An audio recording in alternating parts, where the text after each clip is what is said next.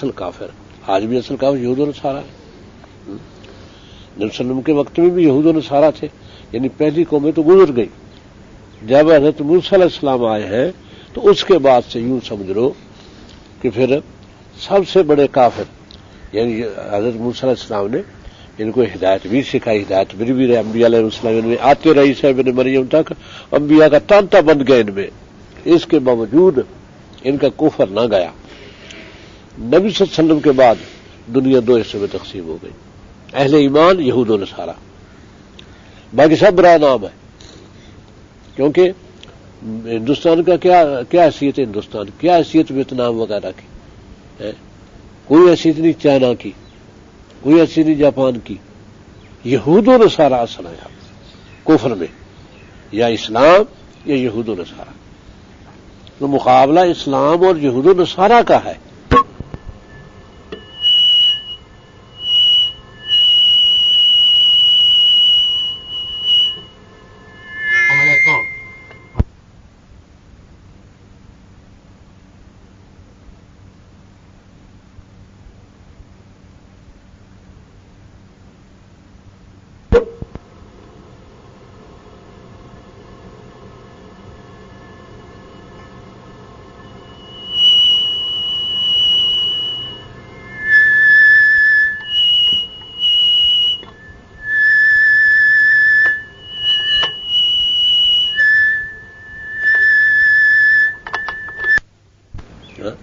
تو وہاں سے پورو بھی بنایا گیا ہوگا تو ہمیں نہیں پتا کیا حال صورت حال کون جاتا ہے۔ تو وہ ایک ساتھی وہاں وہ سندھ سے آئے تھے، دوست تھے، تو ان کی بیٹی وہاں تھی حاصل پور میں، وہاں سے کہتے میں دانش اسکول دیکھنے گیا، وہاں لوگوں سے پوچھا، ایک بھی بچہ آج تک داخل نہیں ہوا، ایک بھی لڑکا۔ کیوں؟ اس لیے کہ وہاں لڑکے اور جوڑی بنائی جائے گی، ایک لڑکا ایک لڑکی کی، وہ ایک جگہ رہے گی۔ ان کو باقاعدہ سکھایا جائے گا بچپن ہی میں، پہلی جماعت سے ہی تم آپس میں ایک دوسرے لطف کیسے اٹھاؤ گے۔ اس کے لیے پھر جگہ بنائی گئی ہے کہ جہاں یہ دونوں جا کے ایک دوسرے کو بتائیں اور سیکھیں، ایک دوسرے سے لطف لے ہے۔ باقاعدہ جگہ بنائی گئی ہے کہ تم جگہوں کو دیکھ کے آدمی دنگ رہ جاتا، توبہ توبہ کر اٹھتا ہے۔ اس طرح سے وہاں گدے لگے ہوئے، صوفہ لگا ہوا ہر ایک جوڑے کے لیے باقاعدہ، اور وہاں جیسے کرنا ہے وہ انداز سارے وہاں بنائے ہوئے ہے۔ یہ پھر لڑکے لڑکیوں کے علیحدہ، اور لڑکے دونوں لباطت، اس کے لیے علیحدہ انتظام باقاعدہ۔ یہ دانش سکول ہے، کیسے لوگ گئے ہیں داخل ہونے کے لیے، توبہ کر کے آ گئے، لڑکے توبہ کر کے آ گئے ہے، لڑکیوں نے آنا ہی تھا، ایک بھی آج تک داخل نہیں ہوئے۔ اور شہباز شریف کو افتتاح کیے ہوئے میرے خیال سال ہو گیا ہے۔ ایسے ہی ہوگا، یہ یہود و نصارہ ہے کہ اس طرح ان کا تسلط ہے۔ اسلام کو مٹانا ہے، کس طرح مٹانا ہے؟ بے حیائی سے اور کفر مسلط کر کے مٹانا ہے۔ تو یہ فرمایا تھا آپ نے، لیکن اسلام نہیں مٹتا، مٹے گے وہی۔ یہ تو اللہ تعالیٰ دیکھا، اچھل کود لو چند دن، ٹھیک ہے، تو اچھل کود لو، دیکھا جائے گا۔ اس لیے آنا اسلام ہی کو ہے، اور بہت جلد غلبہ ہونے والا اسلام کو، بہت جلد۔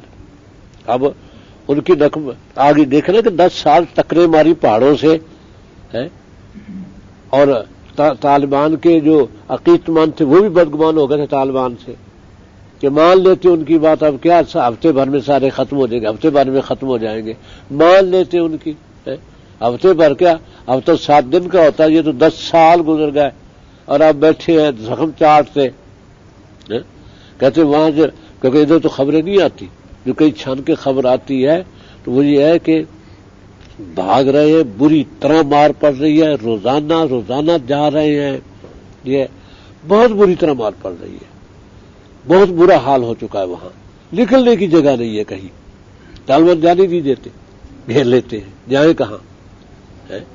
تو مار تو پڑ رہی ہے، لیکن اس کے باوجود یار اتنے پھر اپنے معاور جو ہمارے یہ معاور اتنے ہیں کہ ضرور امریکہ کی باقاعدہ اجازت ہی دے رکھی کہ مار لو ہمارے مسلمانوں کو ملک کے اندر آ کے،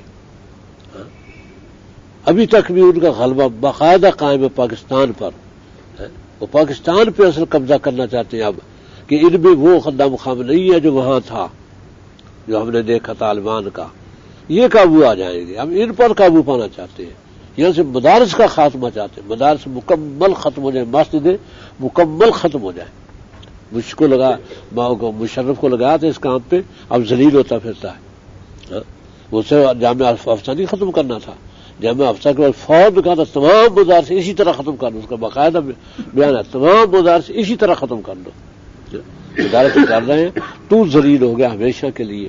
اور جامعہ افسہ بھی ختم نہیں ہوئے، مدارس اور بڑھ گئے اور ان کی عزت ہو گئی. اللہ لے گئے ان کو، ان کی شہادت تھی. تو یہ اس لیے یہ سورت جو ہے نا، اس نے مختصر طور پر بتا دیا کہ الحمد، حمد کے معنی ہوتے ہیں کہ کسی کی تعریف کرنا اس کے احسان پر اور اس کی اعلیٰ صفات پر. یہ ہے تو اللہ تعالیٰ کے احسان ہی احسان ہے بندے پر. اور پھر نہ بھی احسان ہو، ہمیں نہ بھی پیدا کیا ہوتا تو خود تو حمد کے لائق ہے کیونکہ رب ہے. پوری کائنات کے سائنسدان کہتے ہیں کہ اگر روشنی کی رفتار سے چلے ہم، جیسے روشنی جاتی ہے ایک سیکنڈ میں، وہ 1,84,000 میل کرتی ہے. وہ تو کلومیٹر تو 2.25 لاکھ ہو جائیں گے ایک سیکنڈ میں.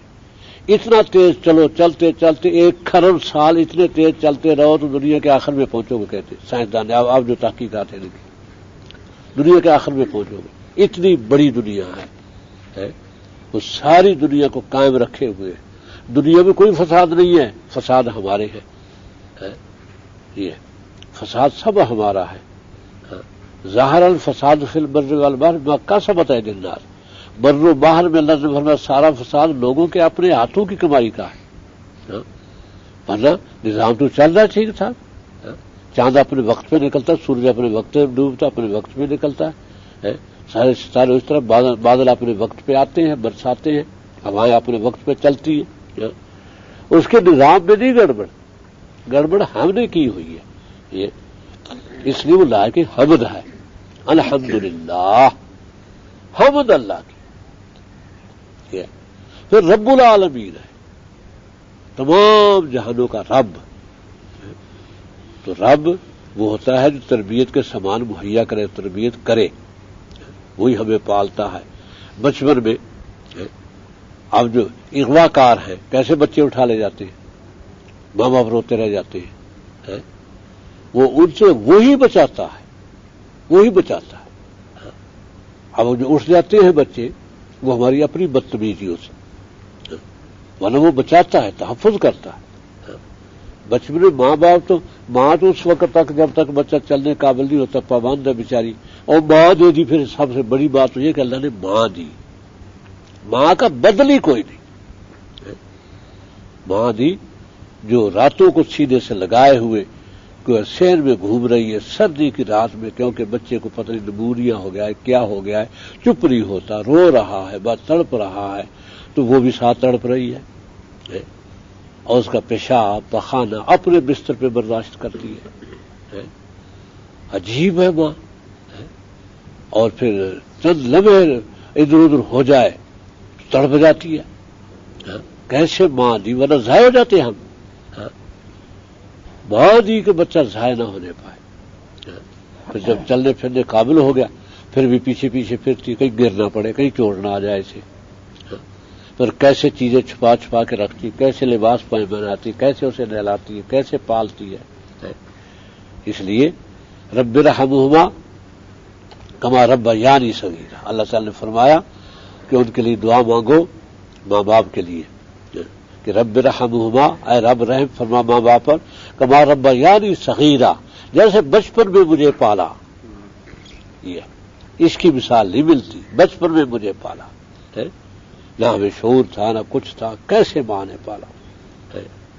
تو یہ رب العالمین ہے پوری.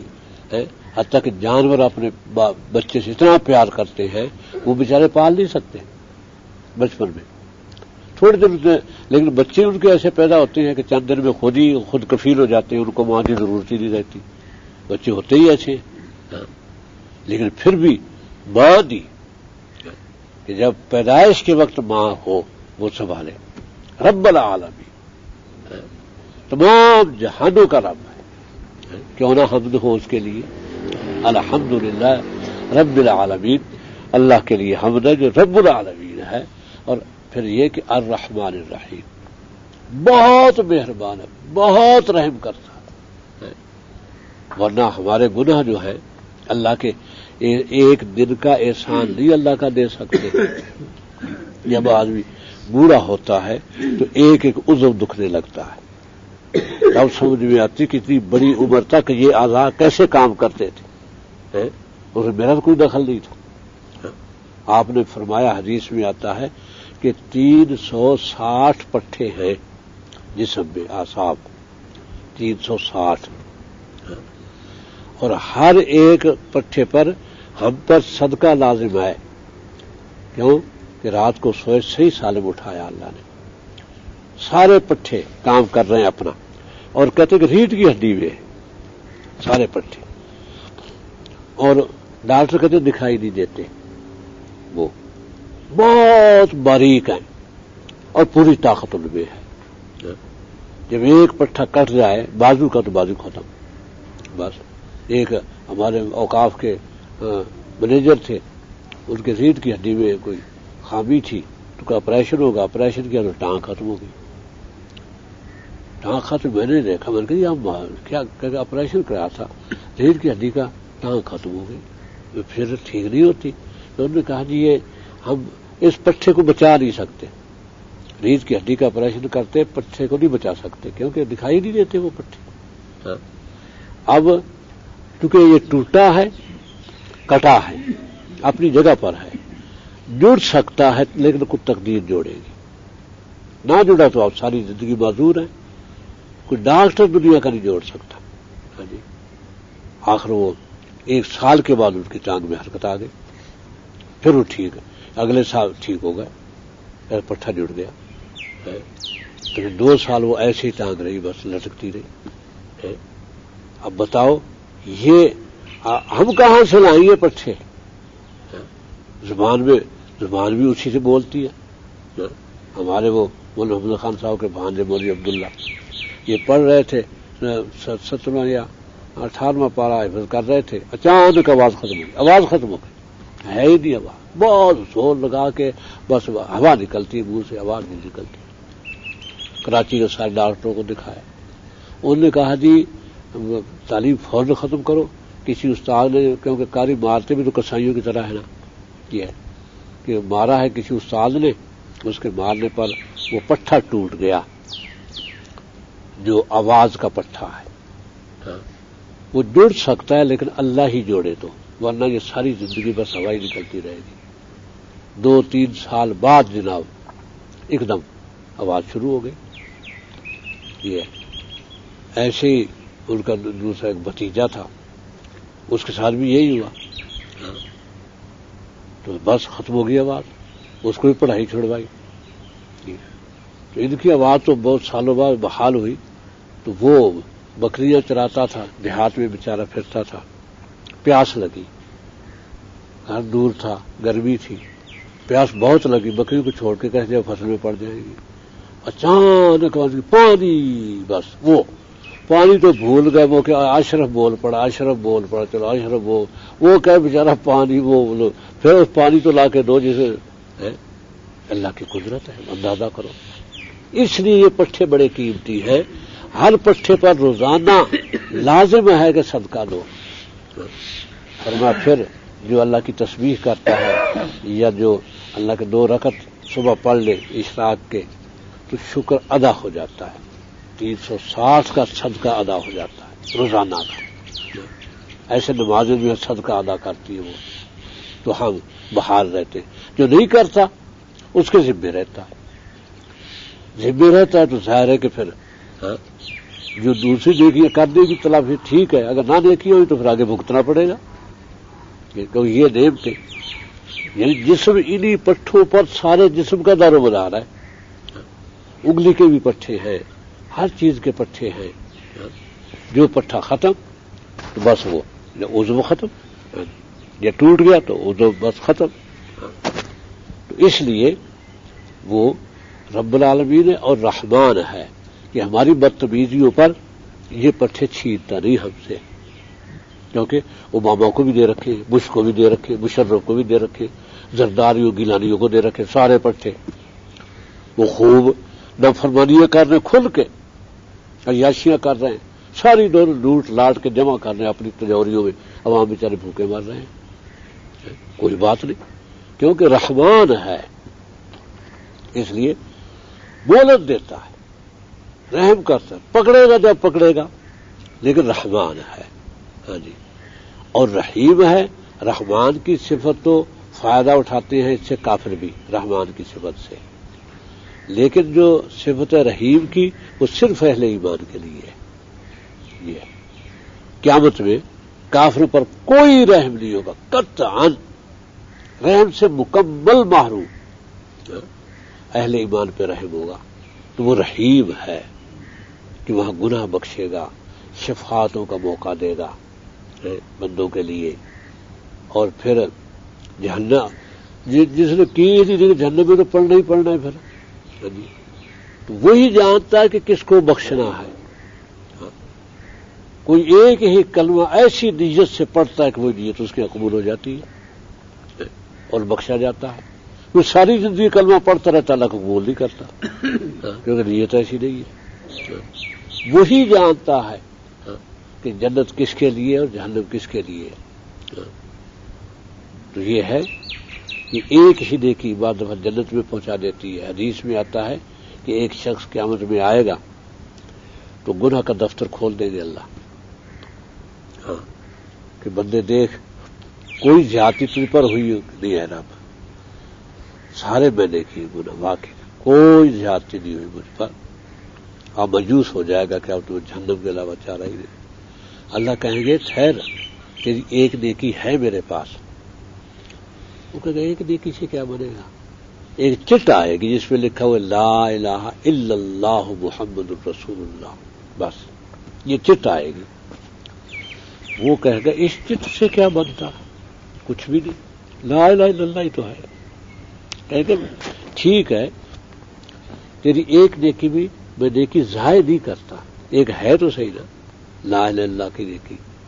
وہ لا الہ الا اللہ کو جب پلڑے میں رکھا جائے گا، خالی پلڑا نیکیوں والا، تو برائیوں کے دفتروں کے دفتر ایک دم اوپر ہو جائیں گے اور یہ زمین پہ آ لگے گا.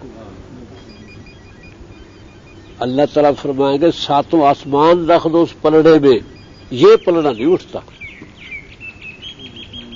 کیوں کہ اللہ کی الوہیت تو کو گیا دل کی گہرائیوں سے نکلا ہے کلمہ.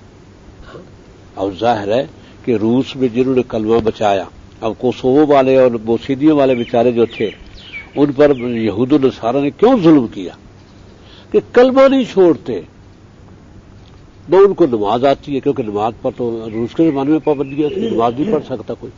نماز پڑھے گا تو عمر قید، ایک نماز پڑھ لی تو، اگر کلمہ پڑھ لیا تو سزائے موت. لیکن کلمہ بچا کے رکھا ہوا انہوں نے، اس کلمے پر ساری دشمنی یہود و نصارہ کی. حالانکہ نہ ان کے پاس نیکی ہے کوئی بیچارے کی، بالکل سارا بود و باش یہودیوں والی انہی کے طرز پر، نہ کوئی نماز، نہ کوئی اور کوئی بات نہیں، نہ قرآن، کچھ نہیں. اس کلمے پر مار پڑی ان کو، اس پر ان کا قتل عام ہوا. تو انہوں نے بچا کے رکھا کلمہ. تو ظاہر ہے کہ یہ کلمہ بڑا قیمتی ہے. تو اس لیے نبی صلی اللہ علیہ وسلم نے فرمایا کہ ایسا وقت آئے گا کہ لوگ کہیں گے ماں باپ کا حوالہ دے کر کہ ہمارے باپ دادا یہ کلمہ پڑھا کرتے تھے، کہتے تھے کہ اس میں نجات ہے، اور کچھ بھی نہیں جانتے ہوں گے دین کے بارے میں. قطعاً صحابہ کے اثر ان کی نجات ہو جائے گی، پھر اسی پہ ان کی نجات ہوگی، اسی پہ نجات ہوگی، کیونکہ جہاں سے وہ کلمہ بچا کے رکھا انہوں نے. اس لیے وہ رحیم ہے. یہ قیامت کے دن اسی کو پتا ہے کہ کس کو بخشنا ہے اور کس کو کیا درجہ دینا ہے. اور مالک یوم الدین، دین کے معنی بدلہ،